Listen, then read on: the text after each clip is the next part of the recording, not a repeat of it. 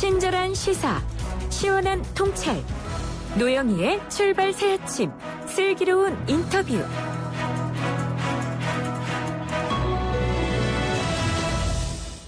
정부가 질병관리본부의 감염병 연구소를 보건복지부 산하로 이관하는 방안에 대해서 전면 재검토하겠다고 밝혔습니다. 오늘은 국립보건연구원과 감염병 연구소의 이관 반대 목소리를 내면서 질병관리청 승격 제대로 해달라 이렇게 국민청원을 낸 이재갑 한림대 강남성심병원 감염내과 교수와 연결해서 질병관리청 승격과 수도권 내 감염 확산 양상에 대한 이야기 나눠보도록 하겠습니다. 교수님 안녕하세요. 예, 안녕하세요. 네, 지난번에 질병관리본부의 청승격이라고 하는 얘기가 나와서 국민들은 참 잘 됐구나라고 했는데 이게 사실은 제대로 된 승격이 아니다. 손발을 다 잘라냈다. 이런 얘기가 나오지 않았습니까? 네, 예. 이건 뭐 때문에 그런 말씀이 나온 거죠?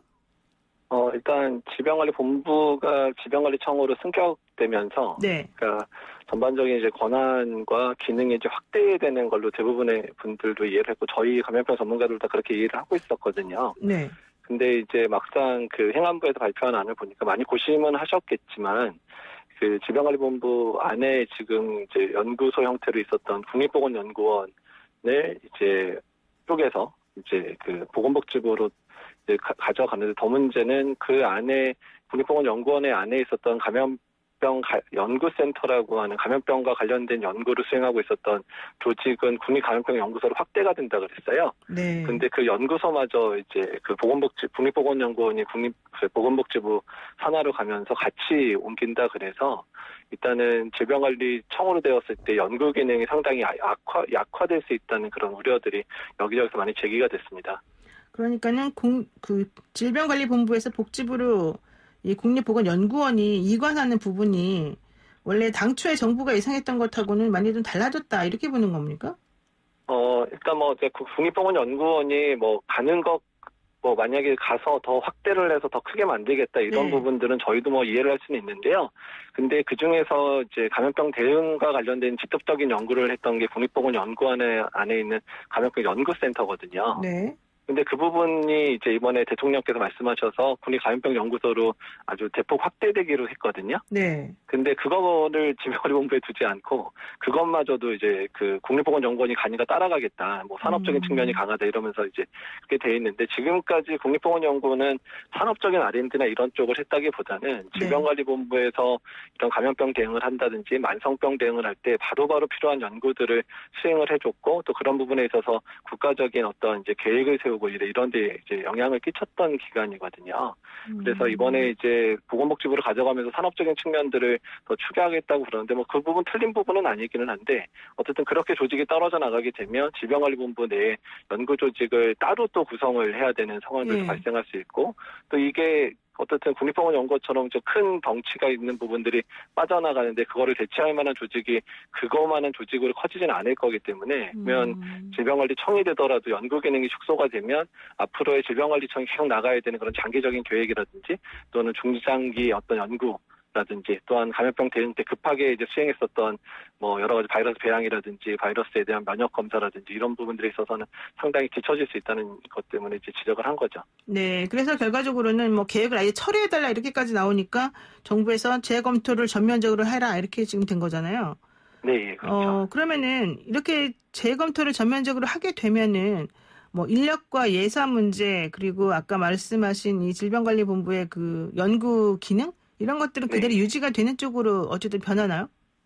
일단 질병관리청이 이제 확대가 됐을 경우에 저희가 또 말씀을 드리는 거는 이제 보건정책 연구 부분도 어느 정도 많이 질병관리본부로 이관이 돼야 된다고 생각을 하고요. 네. 현재까지는 이제 감염병 정책에 대한 부분들을 이제 보건복지부가 어느 정도 안을 만들면 질병관리본부가 수행을 하는 형태로 원래 사실은 돼 있기는 했었어요. 네. 근데 이 부분들을 좀 더 이제 신속하고 또한 빠르게 대응을 하기 위해서는 그런 정책 기능과 관련된 부분들, 또한 계획을 수립하는 기능들도 질병관리본부로 넘어와서 이제 그 부분들이 수립부터 시행까지가 이제 한 단계로 처리가 돼야 가능할 것 같다 그래서 이제 그런 부분들도 강화를 이제 같이 이번에 이제 재논의가 되면 할 필요가 있고요. 있거든요. 그렇게 되면 질병관리본부의 조직이 지금보다 훨씬 더 확대돼야 되는 상황이거든요. 그래서 질병관리청의 조직, 그러니까 정책 수행 기능에 대한 부분들까지 같이 확대됐으면 좋겠다라는 의견들도 같이 감염병 전문가들 말씀을 드리고 있습니다. 근데 지금 이제 그런 식으로 또 전면 재검토 얘기 나오니까 또 일각에서는 그렇게 모든 거를 다 이 질병관리청이 가져가 버리게 되면 네. 남는 게 뭐냐? 우리는 완전히 바보 된다. 이런 얘기도 나오던데요.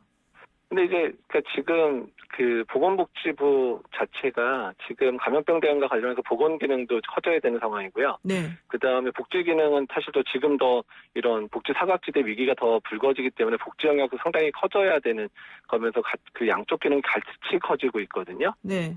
그래서 장기적으로는 어쩔 수 없이 보건 기능하고 복지 기능은 분리돼야 되지 않냐. 네. 이제 이런 얘기까지도 이제 큰 그림에서 나오고는 있습니다. 그런 문제 때문에.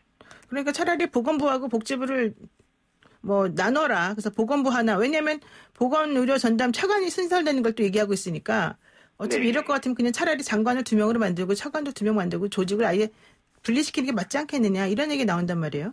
그렇습니다. 이제 그런 부분들도 장기적으로 논의가 돼야 되는데 일단 감염병 전문가들이나 이제 이런 분들이 생각했었을 때 이제 그 메르스 이후에 이 얘기 한번 나왔었는데 보건부랑 복지부 독립까지 얘기가 나오니까 너무 담론이 커지니까 네. 이두저도 안 되면서 질병관리본부의 청승격도 그 당시에 워낙에 시도가 됐는데 아예 하지도 못했거든요. 네.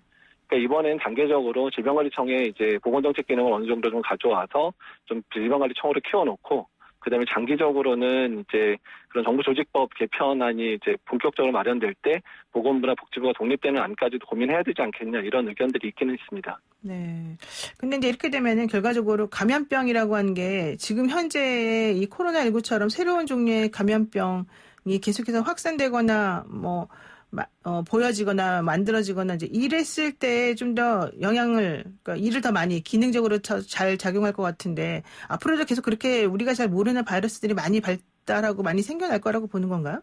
그런 거죠. 그러니까 지금 뭐 사스 때도 그렇고 신종플루 때도 그렇고 이번 뭐 메르스 또 코로나19처럼 감염병 위기 자체가 계속해서 좀 이렇게 시기가 좀 당겨지고 있는 측면들이 있고, 일단 더 중요한 거는 평상시에는 별로 발생하지 않더라도 한번 발생을 하게 되면 국가적인 어떤 재난 상태를 만들 수 있기 때문에 평상시에 그런 상황이 발생하는 거에 대한 충분한 준비가 필요하기 때문에요.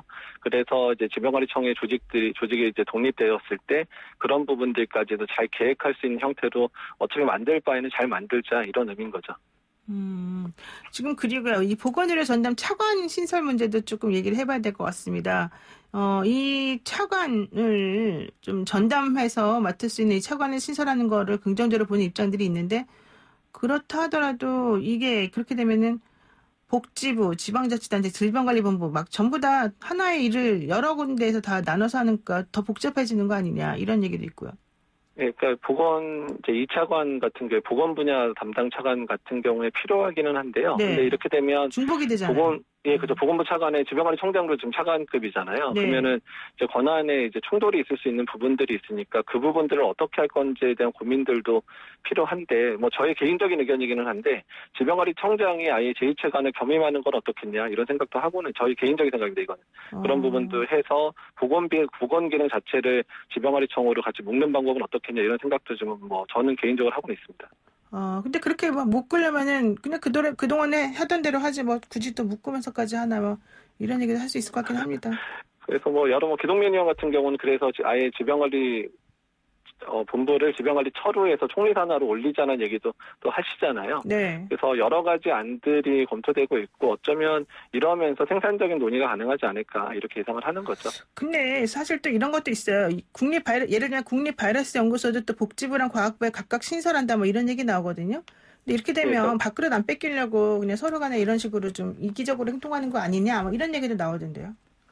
일단 뭐 그 부분에 있어서는 이제 보건복지부랑 과학기술정보통신부가 상의해야 될 부분이기는 한데요. 네. 그게 이제 바이러스 연구소가 국립감염병 연구소 형태가인 거거든요.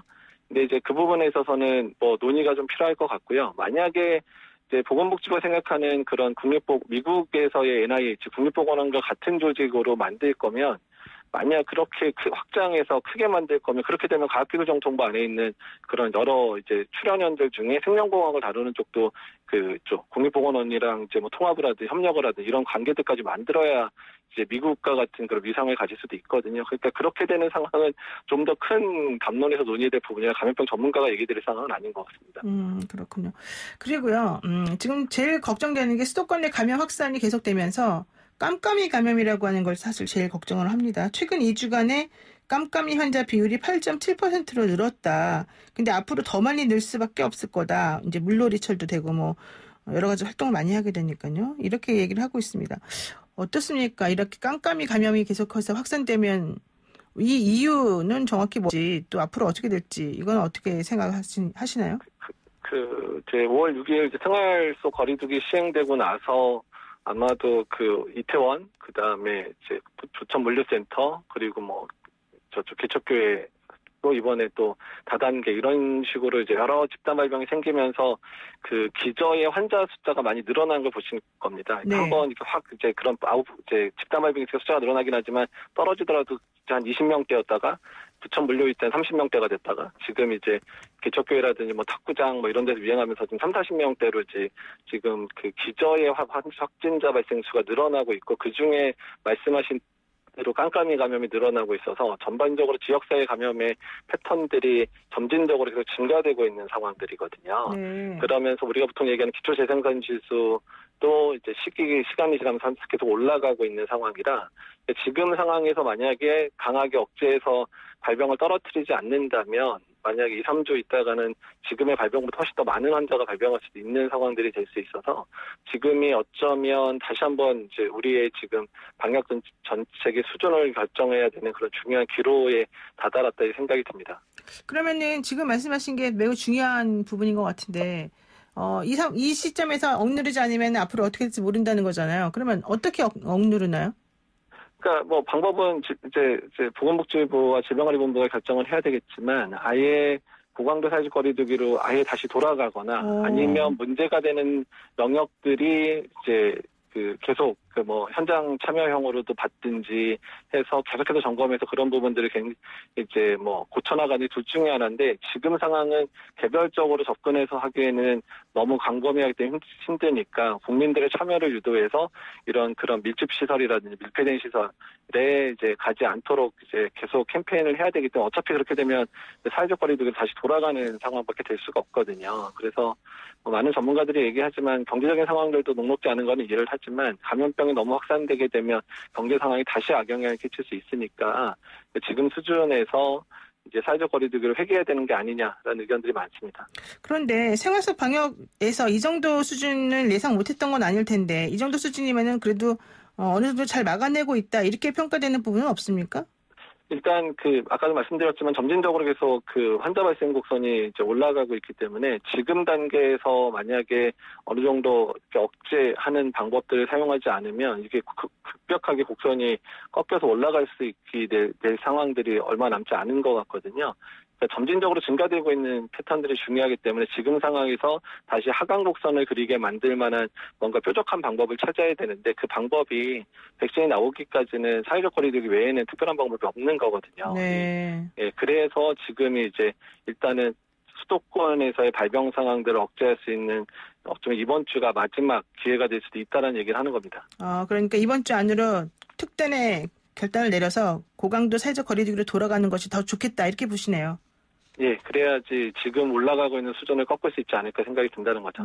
지금 안 그래도 그 말씀 관련해서 좀 얘기해야 될 게 바로 롯데월드에서 감염 확진자가 방문했는데 그 사람이 고3 학생이었단 말이에요. 물론 롯데월드가 이틀 동안 영업 중단하기도 했고 확진자가 있는 학교도 등교를 다 중단했습니다만은 8시간 동안 놀았다고 합니다. 이거는 어떻게 봐야 됩니까? 예, 일단 이제 이것도 깜깜이 감염 형태로 이제 발생한 상황이잖아요. 그래서 일단은 그 안에서의 환자 발생 상황들을 이제 모니터링을 해야 되긴 하겠지만 이게 이제 사람 모이는 수준을 봐서는 웬만한 집단 발병 일으켰던 곳보다 훨씬 많은 사람들이 모이는 거니까 그래서 그 부분에 있어서는 이제 적절하게 검사랑 또 추적이랑 이런 것들이 가능해야 될 텐데 이제 지금 수준이 돼버리면 이제 추적하기가 상당히 어려워지는 상황들이 되거든요. 그러니까 질병관리본부나 지자체 역학조사관들이 이제 시행할 수 있는 업무의 범위를 넘어서기 시작하기 때문에 이런 면들 때문에도 사회적 거리두기가 강화돼야 된다는 얘기를 드리는 거죠. 마지막으로 하나만 여쭐게요. 지금 해수욕장 개장을 지난번에 했는데 하루 3만 명이 넘게 다녀갔다는 거예요. 그런데 뭐 마스크를 끼라고 할 수는 없는 상황이긴 합니다. 자, 물놀이 어떻게 해야 됩니까? 일단 뭐 해수욕장과 같은 경우에도 어떻든 밀집도를 줄이는 방법들을 마련할 수밖에 없습니다. 사람이 너무 많이 모이게 되거나 밀집하는 상황이 되면 뭐 경보를 울려서라도 더 이상의 더 많은 사람들이 못 들어오게 막는 방법들을 뭐 찾아야 될 것 같고요. 또 실내 수영장이라든지 워터파크 같은 부분들은 뭐 이미 계획이 돼 있지만 이제 들어가는 입장객 수를 제한을 하는 것을 통해서 일단은 이제 밀집도를 줄이는 상황들이어야 되고요. 내부 상황에서의 그런 음식물 섭취라든지 이런 부분들과 관련해서는 적절한 그런 이제 가이드가 또 제시돼야 될 것 같습니다. 네, 알겠습니다. 오늘 말씀 잘 들었습니다. 고맙습니다. 네, 감사합니다. 네, 지금까지 이재갑 한림대 감염내과 교수였습니다.